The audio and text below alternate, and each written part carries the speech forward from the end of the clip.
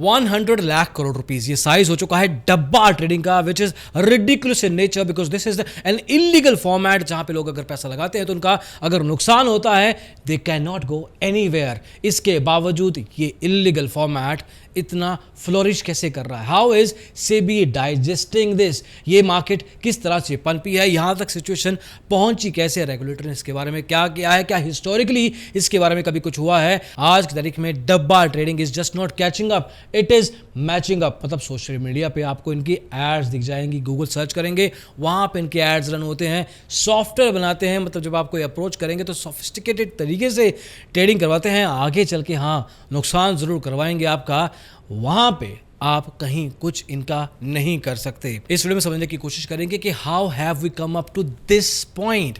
हमने कुछ समय पहले एक डब्बा ऑपरेटर से बात की थी, we will understand some of the parts of that video here today, और साथ में एक स्टिंग ऑपरेशन भी किया था जहां पे एक डब्बा ऑपरेटर हमें बता रहा था कि सॉफ्टवेयर का इस्तेमाल कैसे किया जाना चाहिए, वो भी इस वीडियो में डिस्कस करेंगे। और साथ में are there any potential solutions that anyone and specifically SEBI can learn from. Let's get started. तो दोस्तों फाइनेंशियल एक्सप्रेस में जो आर्टिकल लिखा गया है डब्बा ट्रेडिंग को लेकर, पहले उसके ऊपर थोड़ी सी नजर डालते हैं। Let's see what exactly is trying to say कि जिस तरह से मार्केट में थोड़ी वोलेटिलिटी बढ़ रही है, डाउनवर्ड बायस मतलब मार्केट में थोड़ी गिरावट आई है, डेरिवेटिव्स के कुछ गाइडलाइंस आई हैं पिछले कुछ समय से जो ऑलमोस्ट डेड डब्बा ट्रेडिंग, डेड तो नहीं थी दोस्तों, जान तो अच्छी खासी थी, लेकिन इस जान में थोड़ी और एनर्जी भर दी है कि new lease of life in the last couple of months. मतलब कि जब से ये कंसल्टेशन पेपर आया होगा डेरिवेटिव्स को लेके स्पेशली, और जैसे जैसे इस कंसल्टेशन पेपर की एग्जीक्यूशन हुई होगी, डब्बा ट्रेडर्स के बीच में, डब्बा ऑपरेटर्स के बीच में एक अलग से खुशी आई होगी। How ridiculous again. अब इस आर्टिकल में तो ये भी लिखा है कि रेगुलेटरी, सीनियर रेगुलेटरी ऑफिशियल्स मतलब कि एक्सचेंज के लोग, सेबी के लोगों को थोड़ा बहुत टेंशन हो रहा है, दे आर वरिड, क्योंकि इससे एक इन्वेस्टर को एक अनवारंटेड रिस्क हो जाता है। मतलब जब पता भी है कि इस तरह के स्टेप्स के कारण इन्वेस्टर्स को फालतू के रिस्क में धकेला जाएगा, उनको F&O से भगाया जाएगा तो वो कहीं और जाएंगे। डब्बा ट्रेडिंग इज वन एग्जाम्पल जो कि हम अलग अलग वीडियोज में बहुत बार बता चुके हैं, बार बता चुके हैं, सालों से बता रहे हैं। लोग बाइनरी ऑप्शंस में जा रहे हैं, डब्बा ट्रेडिंग में जा रहे हैं, they are going to things like crypto currency जिनका कोई रेगुलेशन नहीं है। मतलब डब्बा ट्रेडिंग एक ऐसा फॉर्मेट है, अगर कोई इन्वेस्टर फंस जाता है लालच में आके, या कोई और ऑप्शन दिखता नहीं है तब वहां पे जाता है, अगर वहां पे फंस जाता है they can not complain to anyone, कहीं नहीं जा सकते, पुलिस के पास भी जाएंगे तो there is a less chance वहाँ पे कुछ हो, और रेगुलेटर के पास तो जा ही नहीं सकते क्योंकि सेबी खुद कहता है कि ये मेरे अंडर नहीं आता, we can't really help you. खैर आर्टिकल ये भी कहता है कि एक्सचेंज के एक सोर्स का कहना है कि सेबी की नई F&O गाइडलाइंस के कारण F&O की ट्रेडिंग वॉल्यूम पे 40% का हिट पड़ेगा। मतलब ये टर्नओवर अगर कम होगी तो खुद समझ लीजिए कि ये पैसा कहाँ जाएगा। एक्सचेंज के एक ऑफिशियल का तो ये भी कहना है कि ट्रेडर्स ऑलरेडी डब्बा ट्रेडिंग में शिफ्ट हो रहे हैं, और सिर्फ यहाँ पे नहीं, कमोडिटी में जा रहे हैं, गेमिंग एप्स ड्रीम 11 खेल रहे हैं, अब कलर ट्रेडिंग कर रहे हैं, फॉरेक्स क्रिप्टो में जा रहे हैं। Again all of them are unregulated products, and again we have highlighted this multiple times in the videos कि ये सब करोगे तो ये सब होगा, and that is happening unfortunately. And lastly article कहता है कि 1990 और 2000 के दशकों में पहली बार सर्च एंड सीजर ऑपरेशन किया गया था। इस वीडियो में आगे चल के मैं आपको वो भी बताऊंगा कि वो कैसे हुआ था। एनीवे, चलो अभी नंबर्स की बात करते हैं, जहां पे हम कह रहे हैं कि डब्बा ट्रेडिंग 1 लाख करोड़ रुपए तक पहुंच चुका है। Where does the actual regulated number stand? हम सारे सेगमेंट्स की बात करेंगे, पहले हम F&O पे चलते हैं। लेटेस्ट नंबर्स क्या कहते हैं? एज ऑफ नाउ हम सिर्फ NSE के नंबर्स की बात करेंगे। Day by day will see 18, 14, 13, 12 नवंबर रोज का इंडेक्स फ्यूचर का अगर आप देखेंगे तो करीब 25 से 30 हजार करोड़ की रेंज में है इन ए जनरल सेंस। वहीं पे स्टॉक फ्यूचर्स पे अगर आप जाएंगे तो will find as high as 1,12,000 crore to as low as 80-90,000 crore rupees. Index options में ये नंबर जाके 40-50 हज़ार करोड़ तक चला जाता है, which is relatively much smaller as compare to dabba trading alone. And if I am going by the total value of the turnover, premium turnover, notional turnover नहीं है दोस्तों, वो that's a different number. 205 lakh crore रुपए से 390 lakh crore, 671 lakh crore, then there is 484 lakh. The range is pretty wide out there, as low as 1-1.5 lakh crore से लेके 6-7 लाख करोड़ होता है। और डब्बा ट्रेडिंग का number as we mentioned earlier is sitting at 100 lakh crore rupees. That simply means that if you compare it with NSE numbers, it can be as less as 20%, but it can also be as high as 40-50% of the overall premium turnover of the exchange. Now let's quickly look at capital market, मतलब equity में अगर आप stocks में buying and selling करते हैं तो उसका turnover रोज का क्या चल रहा है. कहीं पे 85,000 करोड़ है, कहीं पे 1 लाख करोड़ है. डब्बा ट्रेडिंग है सिटिंग एट 100 लाख करोड़. मतलब इसका और उसका कंपैरिजन है ही नहीं. Similarly exchange numbers for currency derivatives, अगर मैं 2024-25 के अंदर नवंबर मंथ का सिर्फ रोज का टर्नओवर देखूं, 1450 crore, 1300 crore, 1000 crore, 7000 crore, but that is again compare to 100 lakh crore rupees. Again no comparison. अब इतना कुछ कर रहे हैं तो कमोडिटी भी चेक कर लेते हैं. कमोडिटी में अगर मैं रोज का नंबर चेक करूंगा तो I am sitting at a total turnover of 2,000 crore rupees, 7-8,000 crore rupees. ज़्यादा फर्क नहीं है जो करेंसी डेरिवेटिव्स का नंबर था. कमोडिटी डेरिवेटिव्स भी sitting at the similar turnover. Again अगर हमें सारे के सारे नंबर को कंबाइन भी कर लें, we are not far off that illegal format. SEBI, exchange, brokers, retail traders, everybody who makes a difference in the trading community, please listen to these numbers. ये numbers अलार्मिंग सिचुएशन से बहुत आगे जा चुके हैं. Like I said, they are not catching up, they are matching up. अब कोई भी नॉर्मल इंसान ही सोचेगा कि ये सिचुएशन यहाँ तक पहुंची कैसे है.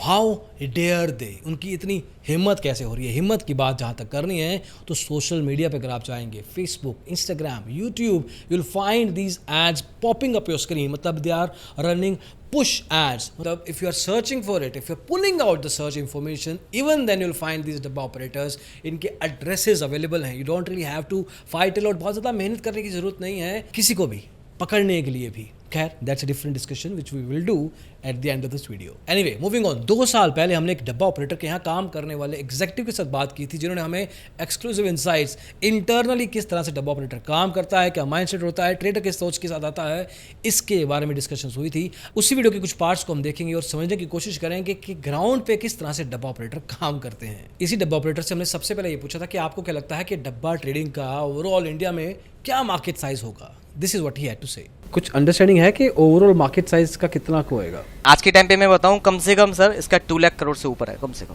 2 लाख करोड़. जी हाँ.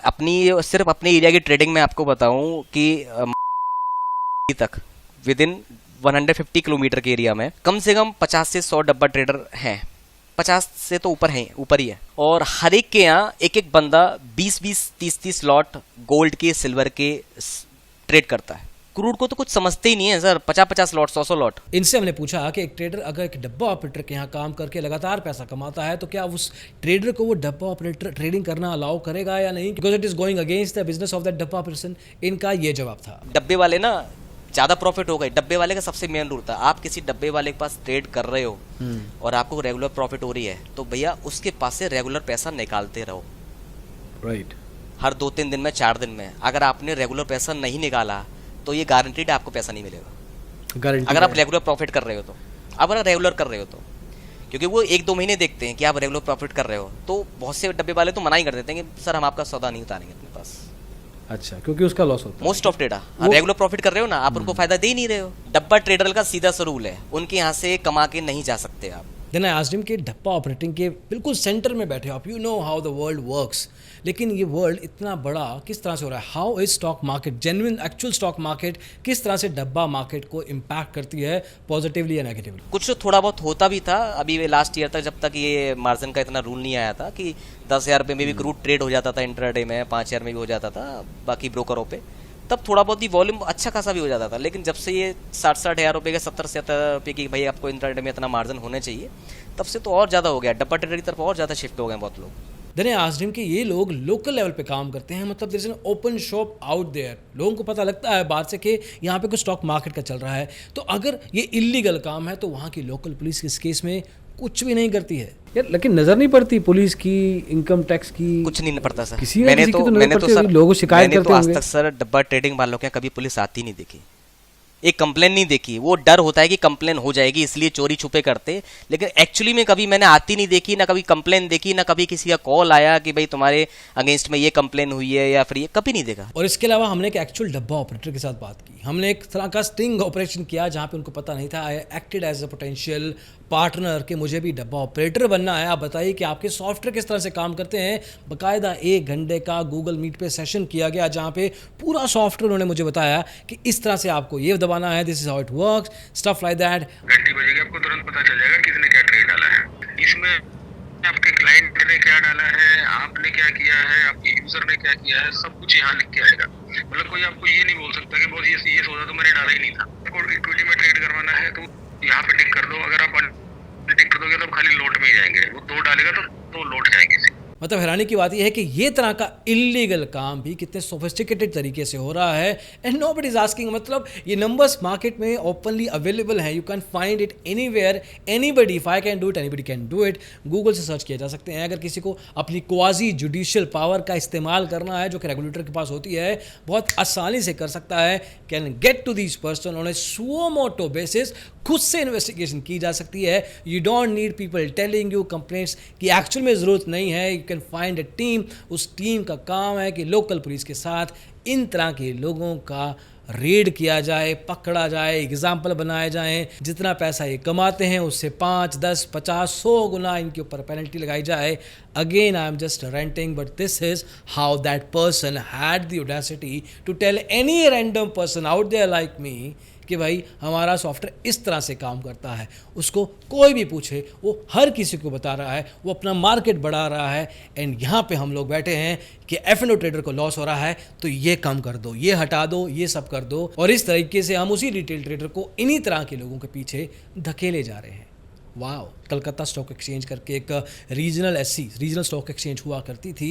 उन्होंने एक अलग से डॉक्यूमेंटेशन क्रिएट किया था डब्बा ट्रेडिंग को लेके, जहाँ पे बताया गया था कि क्या क्या लोग डब्बा ट्रेडिंग माने जाएंगे, उनके ऊपर पेनल्टी क्या लगाई जाएगी, किस तरह से उनके खिलाफ एक्शन लिया जा सकता है, किस तरह से इस फॉर्मेट ऑफ ट्रेडिंग को प्रिवेंट किया जा सकता है। बहुत सारी ऐसी चीज़ें इस डॉक्यूमेंटेशन में बताई गई हैं, लेकिन अनफॉर्चुनेटली कोई एग्जीक्यूशन नहीं किया गया है अभी तक। तो for example Calcutta stock exchange के अनुसार कि डब्बा ट्रेडिंग एक तरह से उस पैसे से की जाती है which is a black money economy. मतलब यहाँ पे काला धन इस तरह की ट्रेडिंग में यूज़ किया जाता है। एक पैरेलल इकोनॉमी बनती है, money laundering, other criminal activities यहाँ पे पनपना शुरू कर देती हैं। मतलब now this is getting just beyond the loss of retail trader. ये एक्चुअल में एक बड़ा स्कैम बनता है। टैक्सेस का इवेजन होता है, सरकार को टैक्स नहीं पहुँचता, ब्रोकर कुछ कमा नहीं पाते, ट्रेडर कुछ प्रॉफिट नहीं कर पाता, blah blah, too many things, just return लिखा हुआ है, बस लिखते रहते हैं, करते नहीं है कुछ। अब देखिए इसके लीगल प्रोविजंस क्या है। देखिए एक SCRA करके एक्ट होता है, सिक्योरिटीज कॉन्ट्रैक्ट रेगुलेशन एक्ट 1956 में बनाया गया था।